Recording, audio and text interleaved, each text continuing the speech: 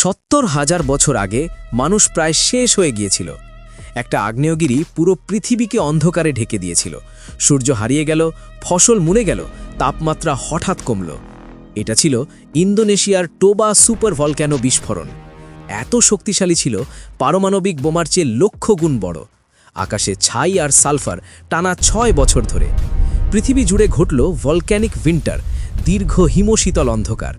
লক্ষ লক্ষ মানুষ মারা গেল, বাকিরা মাত্র কয়েক হাজার। বিজ্ঞানীরা বলছেন তখন পৃথিবীতে মানুষ ছিল মাত্র ৩,০০০ থেকে ১০,০০০। মানবজাতি প্রায় বিলুপ্তির একদম শেষ প্রান্তে চলে গিয়েছিল। ডিএনএ গবেষণা বলছে আজকের ৮০০ কোটি মানুষ সেই কজনের বংশধর। আমরা সবাই আসলে একই কয়েকটি পরিবারের সন্তান। ওরা বেঁচে ছিল কারণ ওরা মাইগ্রেট করেছিল, নতুন পথ খুঁজেছিল। একটু ভাবুন, যদি ওরা না বাঁচত, আপনি এখন থাকতেন না।